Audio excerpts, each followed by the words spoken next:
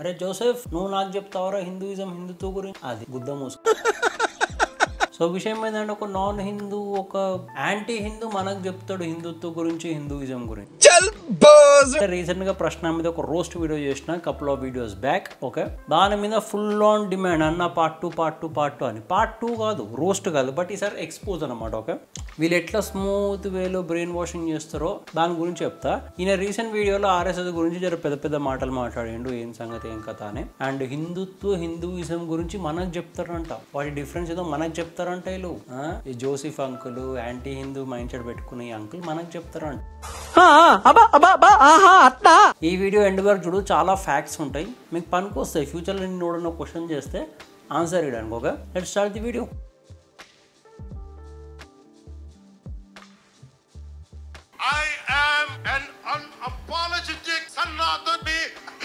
మోదీ గారు వచ్చి హిందుత్వం ప్రమాదంలో పడింది అంటారు బీజేపీ అంటుంది హిందుత్వం ప్రమాదంలో పడింది అని గత 12 ఏళ్లుగా అధికారం హిందుత్వం ప్రమాదంలో పడిందా పడింది ఎందుకు పడలేదు నీలాంటి వాళ్ళ వల్ల మీలాంటి వాళ్ళ వల్ల హిందూయిజంకి ఎప్పుడు ప్రమాదమే అమ్మాయి సోది బీజిఎంలు ఓకే వీడియోలో మ్యాటర్ కట్ట బీజిఎంలు ఎక్కువ ఉంటాయి నువ్వు చూస్తుండే ఇప్పుడు ఈడు ఆడు అనే మాట్లాడితే వీడియోలో ఎందుకంటే వీడు ఇంకొకరికి రెస్పెక్ట్ ఇయ్యడు ఓకే చూస్తున్న వీడియో ఎంత స్మూత్ ఎక్స్పోజ్ చేస్తా చూస్తుండు మీరు ఒకటి అబ్జర్వ్ చేశారా నేను హిందుత్వం అంటున్నాను కానీ హిందూయిజం అన్నట్టు నేను హిందూనే కానీ హిందుత్వవాదిని కాదు మీరు ఇప్పుడు నేను కూడా ఒక ఏమంటారు నాన్ హిందూని మ్యారేజ్ చేసుకొని నేను కూడా అంట ఐఎమ్ క్రిస్టియనే but I'm not a Christian preacher నేను ముస్లింనే but I'm not a Islamic preacher అట్లనే ఉంది ఒకసారి నాన్ హిందూలో ఉన్న మ్యారేజ్ చేసుకుంటూ ఆబ్వియస్లీ హస్బెండ్ రిలీజన్ ఏముంది అదే వస్తుంది applicable society rules basic society rules అవి వచ్చి ఎక్స్ప్లెనేషన్ చెప్పి లైక్ హిందుత్వవాదు ఈ హిందూయిజం ఏంటి ఈ హిందుత్వమే ఈ వాళ్ళ అధికారంలో ఉండటానికి బ్యాంక్ లాగా వాడు మత విద్వేషాలు ఈ రాజకీయ అసలు హిందూయిజం ఏంటి ఈ రాజకీయ నాయకులు అని చెప్పేసి మోడీ పవన్ కళ్యాణ్ గారు ఫోటో వేసారు చెప్తున్నా వీళ్ళకి పొద్దంతా పవన్ కళ్యాణ్ వంటలు తాగే వరకు ఓకే లైక్ దినం లేదు కాంటెంట్ లేదు literally she a lady next ఇప్పుడు వాడు వస్తాడు వచ్చినాక నేను చెప్తా కథ okay let's get into the video listen to me హిందుత్వం అంటే హిందుత్వం ఒక సిద్ధాంతం అనేది ఎప్పుడైనా కూడా మనిషి ఆలోచనలు మారినట్టల్లా అది ప్రమాదంలో పడదు వచ్చిండు జోసిఫ్ అంకుల్ వచ్చిండు రారా గజ్జుకు కదా ఇప్పుడు ఈ జోసిఫ్ అంకుల్ మనకు చెప్తారనమాట హిందుత్వం అంటే ఏంది హిందూయిజం అంటే ఏంది అది కూడా మనకు చెప్తాడు అలాంటి రోజులు వచ్చినాయి మనకి మళ్ళా ఒక నాన్ హిందూతో వినాల్సి వస్తుంది మనకు ఏం చెప్తాడో చూడు అలానే ప్రమాదంలో పడే అవకాశం దాని గురించి మీకు తెలవాలంటే పూర్తి వీడియో చూడండి బీజేఎంలు చూసినావా సెకండ్ బీజేఎం వేసుకొని బతికేసే బ్యాచ్ మనం ఈ హిందుత్వం అనేది ఎక్కడి నుంచి వచ్చింది అని తెలుసుకోవాలంటే మనం ఆర్ఎస్ఎస్ తెలుసుకో 1925 కేబీ హెడ్గేవర్ స్మూత్ గా ఆర్ఎస్ఎస్ ని పట్టరు చూడు ఆయన హిందూయిజం అనే దాని అంటే మన మతం కాపాడాలని ఒక సంస్థగా ఏర్పడింది ఈ ఆర్ఎస్ఎస్ ఇది ఒక ఎక్స్ట్రీమిస్ట్ కూడా తీవ్రవాద సమూహం అడు చూసినావా అటు ఫస్ట్ ఇచ్చిన ఇన్ఫర్మేషన్ వరకు కరెక్టే 1925 లో ఫార్మ్ చేసారు just to save Hindu culture ఎందుకంటే ఆ టైంలో బ్రిటిషర్స్ అడ్డదిడ్డంగా బిహేవ్ చేస్తుండే హిందువులు అలా కల్చర్ మర్చిపోతారు అని చెప్పేసి జస్ట్ హిందూ కల్చర్ ని ప్రొటెక్ట్ చేయడానికి ఫార్మ్ అయింది అప్పట్లో 1925 లో ఓకే బట్ ఏమంటున్నాడు అప్పట్లోనే అది ఎక్స్ట్రీమిస్ట్ అని చెప్పేసి ఈడే డిక్లరేషన్ ఇచ్చేస్తున్నాడు బట్ అది ఎప్పుడు ఎక్స్ట్రీమ్ స్టెప్ లేసిన నేను చెప్తా నువ్వు జస్ట్ వీడియో చూస్తూ వీళ్ళు మెల్లిగా ఈ హిందూయిజం ని కాపాడాలని ఓన్లీ అదే ఉద్దేశంతో స్థాపించారు కాబట్టి వీళ్ళు కొలోనియల్ పీరియడ్ అంటే మనల్ని బ్రిటిష్ రూల్ చేసే టైంలో వీళ్ళు ఎప్పుడు ఫ్రీడమ్ ఫైట్ లో ఇండియాకి సపోర్ట్ గా నుంచోలేదు దేవర్ విత్ బ్రిటిషర్స్ నా పొంగేం కాదు ప్రతి ఒక్క లెఫ్టిస్ట్ గాడు ప్రతి ఒక్క సూడో ఇంటెలెక్చువల్ గాడు ఓకే వచ్చి ఇదే సోది మింగుతారు ఆర్ఎస్ఎస్ పాల్గొనలే ఈ రోజు స్ప్రెడ్ చేసే విషయం రాంగ్ అని చెప్పి నేను ప్రూవ్ చేస్తా ఎవడన్నా మిమ్మల్ని నా క్వశ్చన్ అడిగితే సేమ్ థింగ్ అలా స్ప్రెడ్ చేయరు ఓకే క్విట్ ఇండియా మూవ్మెంట్ టైంలో ఆర్ఎస్ఎస్ డైరెక్ట్గా క్విట్ ఇండియా మూవ్మెంట్లో పాల్గొనలేదు బేసిక్గా మెయిన్ ఆర్ఎస్ఎస్ వచ్చేసి but there is one incident okay మీరు గూగుల్లోకి పోయి RSS volunteer in Chimur agitation అని కొట్టండి, మీకు కింద ఇచ్చేస్తా. Okay, RSS volunteer in Chimur agitation. Okay, దీంట్లో వీళ్ళు క్విట్ ఇండియా మూవ్మెంట్ లో పాల్గొని ఓకే ఆ బ్రిటిష్ వాళ్ళ ఫైరింగ్ లో 7 members చనిపోతారు. మీరు జస్ట్ నేను చెప్పిన ఫ్రేజ్ పోయి గూగుల్ కొట్టి మీకు మొత్తం స్టోరీ వచ్చేస్తుంది. ఈ విషయాలు వీళ్ళు చెప్పారు. వీళ్ళు ఎంత దొంగగాన్లు అంటే లిటరలీ లెఫ్టిస్ట్ పీపుల్ రాసిన ఆర్టికల్స్ ఉంటాయా అవి తీసుకొచ్చి చూపిస్తారు. ఇగో ఏం పాల్గొనలేదు, ఏం పాల్గొనలేదు. నీకు చూసినావా? అదొకటే కాదు, ఒక లేడీ ముస్లిం ఉంటుంది అనమాట, తన పేరు సంథింగ్ ఏదో ఉంటుంది, మీకు కింద ఇచ్చేస్తా. ఓకే, తనకి లిటరల్లీ షెల్టర్ ఇచ్చింది RSS during quit India movement. ఈ విషయాలు చెప్పారు వీళ్ళు. పాల్గొనలేదు ఎట్లా పాల్గొంటుందిరా? ఇప్పుడు బేసిక్ సెన్స్ ఆలోచించు. ఓకే, 1925 ఆ టైంలో జస్ట్ హిందూ కల్చర్ని కాపాడుకోవడానికే పెట్టినాము అని చెప్పి బ్రిటిష్ వాళ్ళకి జస్ట్ అదే చూపించారు. మేము జస్ట్ సేవ్ చేయడానికి ఫామ్ అయిన ఆర్గనైజేషన్ అని చెప్పేసి మేము ఇట్లా యాంటీ గవర్నమెంట్ యాక్టివిటీస్లో పాల్గొంటామంటే బ్రిటిష్ కూడా బ్యాన్ చేసి మూసి కూర్చోబెడుతుంది. అందుకే ఫ్రంట్ ఫార్వర్డ్ ఎటువంటి మూవ్మెంట్ కి సపోర్ట్ చేయట్లేదు అని చెప్పి బ్రిటిష్ వాళ్ళకి మేము మంచోళ్ళమే అని చెప్పి చూపించి బ్యాక్ ఎండ్ లో క్విట్ ఇండియా మూవ్మెంట్ లో ఇప్పుడు నేను చెప్పినా కదా RSS volunteer in Chimur agitation అని. నేను చెప్తున్నా వీడు ఎంత ఫాల్స్ ఇన్ఫర్మేషన్ ఇస్తుండు. ఎవడు అడిగినా వానికి ఇదే వీడియో షేర్ చేయి. మన ఫాదర్ ఆఫ్ నేషన్ గా చెప్పుకునే మహాత్మా గాంధీ గారిని కూడా అసాసిన్ చేసింది ఆర్ఎస్ఎస్ మెంబరే. నేను చెప్తున్నా వీళ్ళకి zero knowledge father of nation అని చెప్పి ఏడా ఉంది. నేను మళ్ళీ అడుగుతున్నా, ఎక్కడ రాసి ఉంది? ఏ డాక్యుమెంటరీ, ఏ ఆర్టికల్ ఆర్ఎల్స్ ఆర్టీఐ అని ఉంటుంది, రైట్ టు ఇన్ఫర్మేషన్. ఓకే, అది ఫైల్ చేసిర్రు ఫాదర్ ఆఫ్ నేషన్ అని చెప్పి. ఎక్కడ రాసింది చెప్పండి నాకు గాంధీ గారి గురించి అని చెప్పి. మొత్తం ఆర్టీఐ సెర్చ్ చేసి సారీ ఇది మిస్ఇన్ఫర్మేషన్, ఎక్కడ రాసలేదు, మహాత్మా గాంధీ గారు ఫాదర్ ఆఫ్ నేషన్ అని చెప్పేసి వాళ్ళు చెప్పిర్రు. అందుకే ఎడ్యుకేషన్ నెగ్లెక్ట్ చేయకూడదు అంటారు. Knowledge is divine. అయినా సరే లెఫ్టిస్ట్ మెంబర్లు ఏమని అనగానే ఫాదర్ ఆఫ్ నేషన్ అది కాదు. గాంధీజీ కంటే ముందు మనకు ఒకరు ఫాదర్ లేకుండేనా? మహారాణా ప్రతాప్ లేకుండేనా? ఛత్రపతి శివాజీ మహారాజ్ లేకుండేనా? రాముడు లేకుండేనా? కృష్ణుడు లేకుండేనా? వాళ్ళని మేము father of nation law consider చేస్తే ఒక లెక్క ఉంది, గొప్ప చరిత్రలో అది. ప్రతిదానికి తీసుకొచ్చి ఫాదర్ ఆఫ్ నేషన్ మీకు ఫాదర్ ఆఫ్ నేషన్ మాకు కాదు. కుల్లా చెప్తున్నా, నేను మళ్ళీ చెప్తున్నా, ఛాలెంజ్ చేస్తున్నా, ఎక్కడన్నా రాసి ఉంటే ఫాదర్ ఆఫ్ నేషన్ అని పట్టుకరా. రాసి లేదు, నువ్వు పట్టుకరాలేకపోయినావు అంటే నువ్వు పెద్ద నేను ఎర్రిపోకుని. ఓకే, ముంగడికెళ్దాం. ఒక వ్యక్తి ఫ్రీడమ్స్ సైద్ధాంతికంగా ఫాలో అయిన ప్రిన్సిపల్స్ కావచ్చు, ఇలాంటి చాలా ఒక వ్యక్తిని చంపడం ఇట్స్ హీనస్ క్రైమ్. ఇప్పుడు డిఫరెన్స్ ఆఫ్ ఒపీనియన్ ఉండొచ్చు కానీ వాళ్ళని చంపే వరకు వెళ్తాం అనేది ఎక్స్ట్రీమ్ ఆలోచనలు అవి. ఇప్పుడు కాదు, ఎందుకు వెళ్ళరు? ఇప్పుడు సిద్ధాంతాలు అంటే మహాత్మా గాంధీ అంతగానో మేము సిద్ధాంతాలు ఉన్నాయి. యంగ్ అమ్మాయిలతో న్యూడిగా పడుకోవడము, ఇది నేనంటలే, ఆయన బయోగ్రఫీని రాసి ఉంది. ఏదో ఆర్టికల్ రాసి ఉంటుంది, ఇండియా పార్టీషన్ టైంలో ఇండియా పార్టీషన్ అవ్వద్దని చెప్పేసి జిన్నా మొహమ్మద్ అలీ జిన్నాకి నువ్వు పిఎం అయిపో అంటాడు. అంటే నెహ్రూ అడ్డం పడతాడు, ఆయన పిఎం అయితే నేను ఒప్పుకోనాడు. అప్పుడు పార్టీషన్ అవ్వాల్సి వస్తుంది. ఇంకేం సిద్ధాంతాలు? గుళ్ళల్లో ఖురాన్లు చదివించడము, మైనారిటీ అపీస్మెంట్ పాలిటిక్స్ ఆడము, గివా బాగైందా? లగైతున్నాడు ఏజ్డ్ విఆర్ రాజా. వాళ్ళు సిద్ధాంతాలు మాకు నచ్చవు. I mean we oppose. మేము వాళ్ళు వ్యతిరేకిస్తాం, వాళ్ళు మా శత్రువు, వాళ్ళు మా అపోనెంట్స్. మాకు అర్థమైందా? అంటే ఒకవేళ ఏజ్డ్ గారు నా ముందు వచ్చింది, వాడిని నేను చంపేస్తాను. ఒకవేళ వాడిని ఎవడైనా చంపడానికి ప్రయత్నిస్తే నేను కాపాడతాం. ఎందుకు అంటే వాళ్ళు మా శత్రువు. అలా మేమైతే అట్లా ఉండం. మాకు ఎవరైతే శత్రువులో ఓకే మా మైండ్ సెట్లు, మా ఆలోచనలకు ఆపోజిట్ ఉన్న వాళ్ళు మాకు శత్రువులే. ఆన్లైన్లే కానీ ఆఫ్లైన్లే కానీ వాళ్ళు మా ముంగడ చచ్చిపోతున్నా సరే మేము పట్టించుకో. నేనైతే అట్లనే ఉంటాను. ఎప్పుడో సాఫ్ట్ కార్నర్ క్రియేట్ చేస్తుండు, గాడు గీడు అని మాట్లాడుతాడు. ఇంక మేనర్స్ ఉన్నది, ఇంక వీడియో చేసే మేనర్స్ ఉన్నాయి. అడవిలకి వారిపోయి వచ్చిన గుడ్డెలుగు లేకుంటాడు వీడు. కనీసం మానవ విలువ ఈ మహాత్మా గాంధీ అంటే మోహన్ దాస్ కరమ్చంద్ గాంధీ డైరెక్ట్ గా పాయింట్ బ్లాంక్ లో కాల్చి చంపిన ఈ RSS. That is the reason we all say god say he is the first Indian terrorist, first Indian Hindu terrorist. ఎందుకంటే ఫస్ట్ ఇండియన్ హిందూ టెర్రరిస్ట్ అంటే ఎంత ఫ్లూయెంట్ గా అంటుండో చూడాడు. హిందూ టెర్రరిస్ట్, వాటికి ఎంత హ్యాపీనెస్ తో అంటున్నాడు హిందూ టెర్రరిస్ట్ అని. అరే ఓపెన్ ఒకటి చెప్తారు. ఓకే, వీడు ఎంత క్లియర్ కట్ గా మ్యానిపులేట్ చేస్తున్నంటే ఇండిపెండెన్స్ టైంలో షూట్ చేసిండ్రు మహాత్మా గాంధీని కాదు గుర్తుపెట్టుకో. ఇండిపెండెన్స్ వచ్చిన వెంటనే ఇండియా వాజ్ ఇంటూ పార్టీషన్, తెలుసు కదా, ఇండియా పార్టీషన్ అయింది. ఇప్పుడు గోడ్సే ఎప్పుడు కొట్టింది ఎగ్జాక్ట్ గా అంటే 1948. ఓకే, ఆ ఇయర్ లో గోడ్సే బుల్లెట్ కొట్టింది మహాత్మా గాంధీకి. ఒక పర్సన్ ని చంపేయడం అంత అన్యాయం అని అంటుండేడు. ఇది యాక్చువల్ గా రీజన్ చెప్తున్నా దానికి 2 years బ్యాక్, గోడ్సే చంపక 2 years back exactly. Okay, partition కి పిలిపించిండు, డైరెక్ట్ కాల్ ఆఫ్ యాక్షన్ ఇచ్చేసిండు. ఓకే, ఏంది ఎవరు మొహమ్మద్ అలీ జిన్నా ఇచ్చి ఏమన్నా మొత్తం ముస్లింలు రోడ్డు మీదకి రండి, we have to form our separate country అని చెప్పి ఒక ఇస్లామిక్ కంట్రీ ఫామ్ చేసాం, just in the name of religion ఒక ఇస్లామిక్ కంట్రీ ఫామ్ చేద్దాము, అందరు ముస్లింలు రోడ్డు మీదకి రండి అనగానే బెంగాల్లో ముస్లింలు అందరు రోడ్ల మీదకి వచ్చి దొరికిన హిందువుని దొరికినట్టు కొట్టి చంపుతుంటే ఓకే, అది చూసి హిందువుల మనసు కాలిపోయి హిందువులు రిటాలియేట్ చేసారు, హిందువులు అటాక్ చేసారు ముస్లిమ్స్ మీద. హిందూ ముస్లిం కాన్ఫ్లిక్ట్ లో ఓకే అప్ టు 4,000 మెంబర్స్ చనిపోయారు. గ్రేట్ కలకత్తా కిల్లింగ్ అని కొట్టి నీకు వచ్చేస్తుంది జస్ట్ ఆ ఒక్కోని థాట్ వల్ల. Great Calcutta killing just starting అనమాట, 4,000 మంది అక్కడ చనిపోయారా. మళ్ళీ ఇండియా పాకిస్తాన్ పార్టీషన్ టైంలో 2 లక్షల పైగా మెంబర్స్ చనిపోయారు. మొత్తం ఎంత 2,04,000 మంది చనిపోయారు just because of this one candidate Mohammad Ali Jinnah. ఇంత తమాషా అయింది పార్టీషన్ అయినాక 1946లో 4,000 మంది చనిపోయారు.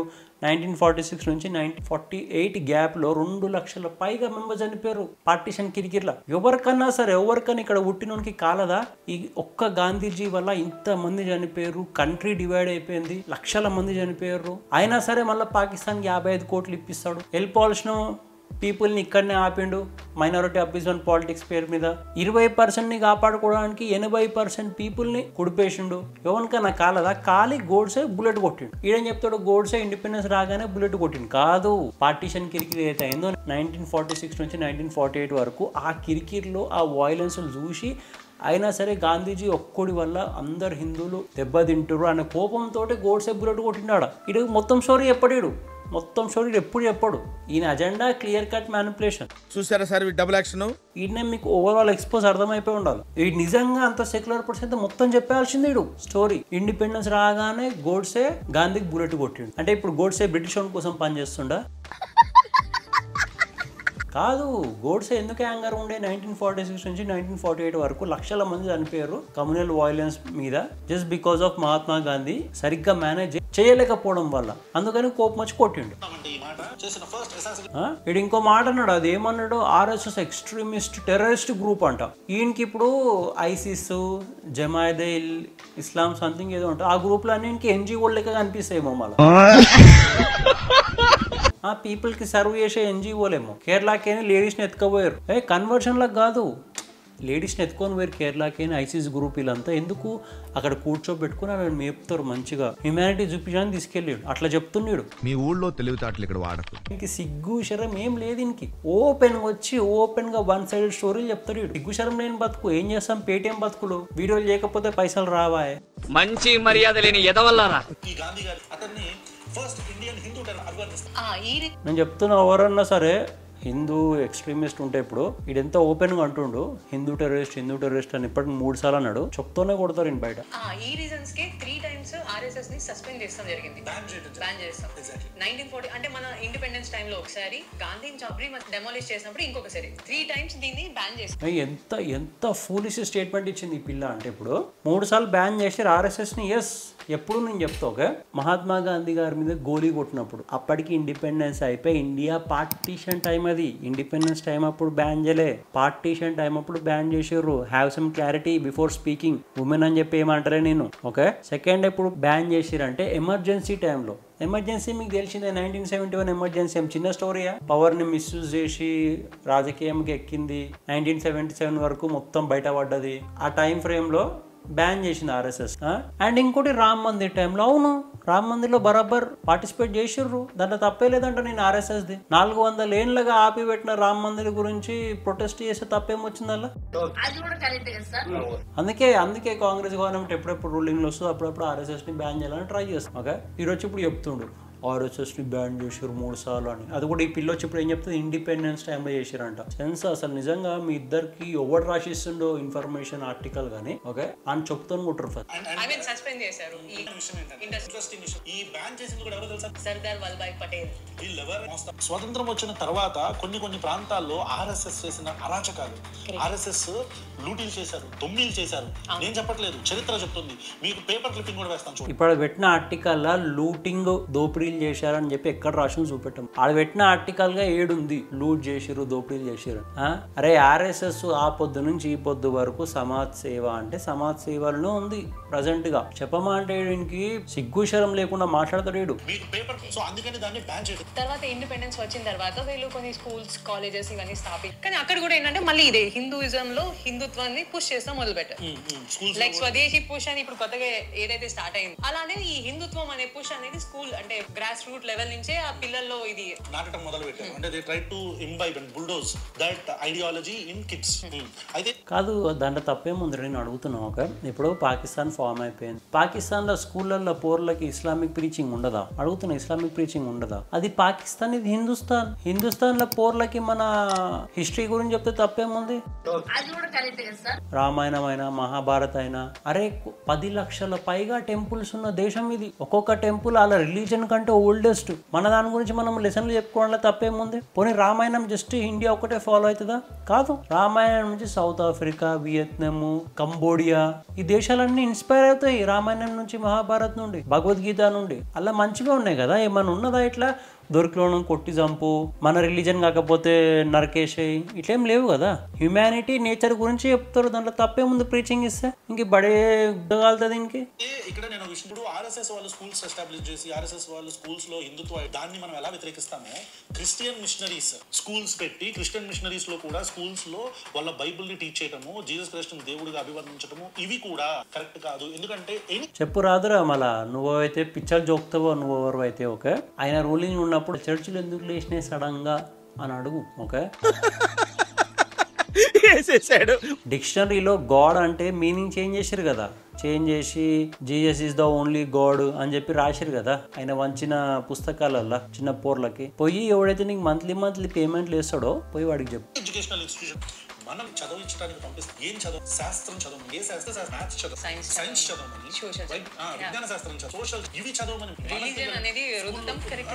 ఇప్పుడు మీరు చూస్తే ఫ్యాషన్ క్రిస్మస్ రావచ్చు, వేరే స్కూల్స్ లో వచ్చేసి గణేష్ చతుర్థి, ఓపెనింగ్ గణేష్ పట్లు, సరస్వతి మనం మ్యాథ్స్ గురించి విజ్ఞాన శాస్త్ర చెప్పాలిగా. మళ్ళీ పోయి చెప్పు రాదురా మదర్సాలల్లో సైన్స్ గురించి చెప్పకుండా ఇంకా పడితే ఫ్లాటే ఉందని చెప్పి నేర్పిస్తారు. పోయి అలా చెప్పిరా ఫస్ట్. సైన్స్ గురించి ఈడే మనకు చెప్పాలి. మన హిందూయిజంలో ఉన్నంత సైన్స్ ఏమన్నా ఉందా? గ్రావిటీ కనిపెట్టింది న్యూటన్ అని చెప్పి ఇన్ని రోజుల నుంచి చెప్పుకుంటూ వచ్చారు. రీసెంట్ గా గ్రావిటీ కనిపెట్టింది న్యూటన్ కాదు, ఒక ఇండియన్ సైంటిస్ట్ అని చెప్పి. Ancient Indians discovered gravity 3,000 years before Newton did. There is a mention of gravitational force in the Rig Veda, which written in 1500 BC. ఇది బెస్ట్ ఎగ్జాంపుల్. మా దగ్గర ఉన్నంత సైన్స్ వేరే దగ్గర లేదు. మా దగ్గర నేచర్ గురించి ఎంతైతే స్టడీ ఉంటుందో అది వేరే దగ్గర లేదు. వేరే ఏ అదర్ రిలీజన్ బుక్స్ లో లేవు. సో హిందూయిజం గురించి రిలీజియస్ ప్రీచింగ్ ఇవ్వడంలో తప్పు లేదంట. నేను గురించి చెప్తాం పిల్లలకి అసలు స్కూల్స్ కి. సో ఏదైతే ఆర్ఎస్ఎస్ మిషనరీస్ మాట్లాడు for that matter any religion is not allowed in institution. Religion కి చదువుకి ఉండకూడదు. ఇప్పుడు ఆర్ఎస్ఎస్ గురించి మీకు ఒక ఫేర్ ఐడియా. మనం ఇప్పుడు బీజేపీ గురించి తెలుసు. అంటే 1951 జనసంఘ్ ఇది ఏర్పడింది. సో 1951 to 1977 వరకు జనసంఘ్. 1977 లో ఇందిరాగాంధీ ఎప్పుడైతే ఎమర్జెన్సీ అనౌన్స్ చేసి అప్పుడు ఆవిడ్ని దించేకి ఒక పవర్ వాళ్ళ పేరుతో మళ్ళీ ముందుకు వచ్చారు. చెప్పు రాదురా చెప్పు. ఎమర్జెన్సీ ఎందుకు డిక్లరేషన్ అది కూడా చెప్పు. 1971 1972 టైంలో దొంగతనంగా మాల్ ప్రాక్టీసెస్ చేసి ఎలక్షన్స్ విన్ అయింది. ఎలక్షన్స్ విన్ అయినాక ఆమె మీద కేసులు వేస్తే 1975 అరౌండ్ ఓకే ఆమె పవర్ లకి దిగిపోమన్నారు, ఆమెను ఫోర్స్ చేస్తారు అని చెప్పేసి ఆమె పిఎం పోస్ట్ ఉన్నప్పుడే ఎమర్జెన్సీ డిక్లేర్ చేస్తుంది. డిక్లేర్ చేసి 21 months ఇండియన్ ఎమర్జెన్సీ స్టేట్ లో పెట్టి లక్షల మందిని జైలు లేపిస్తుంది. వేల మంది చచ్చిపోతారు కూడా. ఈ విషయాలు చెప్తున్నాడు చెప్పడు జస్ట్ సగం స్టోరీ చెప్తాడు. ఎందుకంటే ఇంక ఫుల్ స్టోరీ చెప్తే పైసలు రావు. మళ్ళా ఓడైతే ఇంక స్పాన్సర్ చేస్తున్నాడు పైసలు ఇవ్వడం ఆపేస్తాడు. ఇంక బతుకుతారు నాశనం అయిపోతుంది. ఇదో బతుక చెప్పండి. 1981 అదే అటల్ బిహారీ వాజ్పేయి గారు, అద్వానీ, మళ్ళీ మురళీ మనోహర్ జోషి అందరూ కలిపి భారతీయ జనతా పార్టీగా రీనేమ్ చేశారు. అంటే వీళ్ళు భారతీయ RSS, Janata party, Bharatiya Janata party, విశ్వ హిందూ పరిషత్, ఇవన్నీ సంఘ పరివారం. ఇది నువ్వు కొత్తగా చెప్పేది అవసరం లేదు. ఓకే అందరికీ తెలుసు బీజేపీ గ్రూప్స్ ఉంటాయి అని చెప్పేసి. ఇంకోటి ఈడు ఇన్ని నెగిటివ్ పాయింట్స్ చెప్పిండు ఆర్ఎస్ఎస్ గురించి. ఆర్ఎస్ఎస్ లో 52 కేటగిరీలు ఉన్నాయి. అరౌండ్ 52 కేటగిరీలు సబ్ కేటగిరీస్. అవి ఆ సబ్ కేటగిరీస్ లో ఒక్కొక్క కేటగిరీ ఒక్కొక్క కైండ్ ఆఫ్ హ్యూమానిటీ హెల్ప్ చేస్తుంది. దాంట్లో ఒక కేటగిరీ కూడా ఉంది జస్ట్ ముస్లిమ్స్ సంబంధించిన కల్చర్ ప్రిజర్వ్ చేయడానికి. వీడు చెప్తాడు ఆ విషయాలు. కోవిడ్ టైంలో వచ్చినా ఫ్లడ్స్ వచ్చినా ఏది వచ్చినా సరే ముందుండి హెల్ప్ చేసేది ఆర్ఎస్ఎస్. అది ఇప్పటివరకు ఎన్ని డిజాస్టర్స్ ఎన్ని న్యాచురల్ కెలామిటీస్ వచ్చినా సరే దగ్గరుండి పబ్లిక్ కి సేవలు చేసింది. ఆ విషయాలు చెప్తాడు చెప్పాడు. దానికోసమే వాళ్ళు క్రియేట్ చేశారు. చూడు జోసెఫ్ అంకుల్ ఓకే, నువ్వు ఒక నాన్ హిందూ అయి నువ్వు మాకు చెప్పక్కర్లేదు హిందూయిజం ఏంటి, హిందుత్వం ఏంటి. ఇప్పుడు ఒక నాన్ హిందూ కూడా మనకు చెప్పాలి హిందూయిజం గురించి. హిందూయిజం గురించి నేను సింపుల్ గా చెప్తా. ఓకే, హిందూయిజం అంటే 5 పిల్లర్స్: ధర్మ, కర్మ, కామ, మోక్ష, బ్రహ్మన్. ఓకే, ఈ 5 పిల్లర్లు నువ్వు ఏ స్టోరీ అయినా ఎత్తు, మహాభారత, రామాయణం, ఏదైనా సరే, కృష్ణుడు చెప్పిన భగవద్గీత అయినా సరే, ఈ 5 ఫ్యాక్టర్స్ లోనే టైప్ అయి ఉంటుంది. అంతే, సింపుల్ యాజ్ దట్. హిందూయిజం అంటేనే అది. ఓకే, దాంతో పాటు నేచర్ ని పూజించడం, నేచర్ కి రెస్పెక్ట్ ఇవ్వడం నేర్పిస్తుంది హిందూయిజం. హిందుత్వం అంటే ఆ హిందూయిజం ని పొలిటికల్ అజెండా కోసం వాడుకోవడం హిందుత్వం. జస్ట్ లైక్ ఓఎస్సి ఇస్లాం ని ఎట్లయితే వాడుకుంటాడో వీళ్ళట్లా హిందూయిజం ని అప్పుడప్పుడు హిందూస్ కి అవేర్నెస్ లేపడానికి హిందూయిజం ని యూజ్ చేసుకునేది for political speeches or so. Okay, అది హిందూ. అంతే డిఫరెన్స్, పెద్ద డిఫరెన్స్ ఏం లేదు. ఓకే, సో ఇది మ్యాటర్. ఇప్పుడు దీని తర్వాత అంత వీడియోలో పెద్ద అంత సుత్తే ఉంటుంది. ఓకే, ఇట్స్ నథింగ్ మొత్తం సుత్తే ఉంటుంది. హిపోక్రసీ అంటే అదే, ఒక నాన్ హిందూ దగ్గర ఇప్పుడు మనం వినాలి హిందుత్వం అంటే ఏంది, హిందూయిజం అంటే సాఫ్ట్ బ్రెయిన్ వాషింగ్ నడుస్తుంది. సో వీడియోకి ఇంత. Hope you guys like it.